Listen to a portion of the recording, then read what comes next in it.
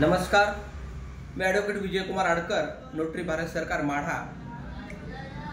माननीय संघर्ष योद्धे माननीय मनोजदादा जरांगे पाटील यांच्या आंदोलनामध्ये गेली 1.5 वर्ष आम्ही माढा तालुक्यातील तसेच सोलापूर जिल्ह्यातील बरेच मराठा सेवक काम करत आहोत। मराठा समाजाला जो गरजवंत असा मराठा आहे अशा समाजाला संवैधानिक पद्धतीने म्हणजेच 50%च्या आत प्रत्येक मराठा गरजवंताला आरक्षण मिळाले पाहिजे, हा आमचा लढा चालू आहे। त्या अनुषंगाने कुणबी सरपीट काढण्याचं काम जिल्हा लेवलला तसेच तहसील लेवलला चालू आहे।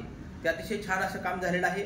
त्याच अनुषंगाने कालची सार्वत्रिक निवडणूक 2024 यामध्ये विधानसभा ज्यावेळेस कॉन्टेस्ट करण्याचा विषय आला त्यावेळेस आदरणीय मनोजदादा जरांगे पाटलांनी गनिमी कामावा या पद्धतीनं आम्हाला काही लोकांना ठराविक लोकांना फॉर्म भरण्याचं सांगितलं होतं। त्या हिशोबातून महाराष्ट्रामध्ये 20 ते 22 ठिकाणी त्यांनी विधानसभा निवडणूक लढवण्याचा मानस ठेवला होता, परंतु त्यांच्या नियोजनानुसार व गनिमी कावा पद्धतीने या महाराष्ट्रामध्ये ज्या सरकारने आपल्याला मराठा आरक्षण दिलेलं नाही आणि पुढचं येणारं सरकार त्या अनुषंगाने काम करेल या हिशोबातून मनोजदादा जरांगे पाटील यांनी आम्हाला सदरचे फॉर्म विड्रॉल करण्यास सांगितले। त्यावेळेस आम्ही अर्ज मागे घेतले व दादाच्या आदेशानुसार प्रत्येक तालुक्यामध्ये मराठा सेवकांनी जवळजवळ माढा तालुक्यामध्ये 10 ते 15,000 मराठा सेवकाची फौज असून अशा मराठा सेवकांनी ज्या योग्य अशा उमेदवाराला जो उमेदवार उद्याच्या आरक्षणासाठी आपल्याला मदत करेल अशा उमेदवाराला मतदान करा व ज्या उमेदवारांनी आपल्याला मराठा आरक्षणाला विरोध केला असेल अशा उमेदवाराला मतदान करू नका असा दादाचा आदेश कार्यान्वित केला व तो मतदान पेटीत वापरला आणि वापर केला। गनिमी कावा पद्धतीने आज माढ्यामध्ये मतदान झालेलं आहे। त्याचे यश परवा आपल्याला 23 तारखेला निश्चितच त्याचा निकाल लागलेला कळणार आहे।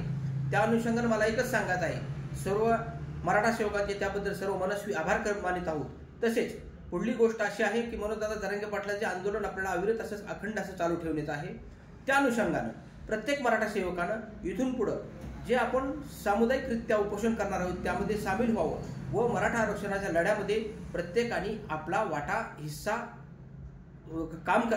हिस्सा काम करण्याची गरज आहे। तसेच उद्या विधानसभेमध्ये ज्या व्यक्तीला गुलाल लागणार आहे किंवा जो व्यक्ती निवडून येणार आहे तो मराठा जरांगे फॅक्टर आणि मराठा आंदोलक यांच्या सहकार्यामुळे व इतर सर्व प्रश्नाची जाण असलेला असा उमेदवार निवडून येणार आहे। तरी अशा उमेदवाराने इथून पुढे मराठा आरक्षण या विषयावर विधिमंडळामध्ये मुद्दा मांडून मराठा आरक्षण संवैधानिक पद्धतीने मराठा समाजाला मिळावं यासाठी प्रयत्न करावेत, एवढ्याच निमित्तानं आज मी सांगू इच्छितो।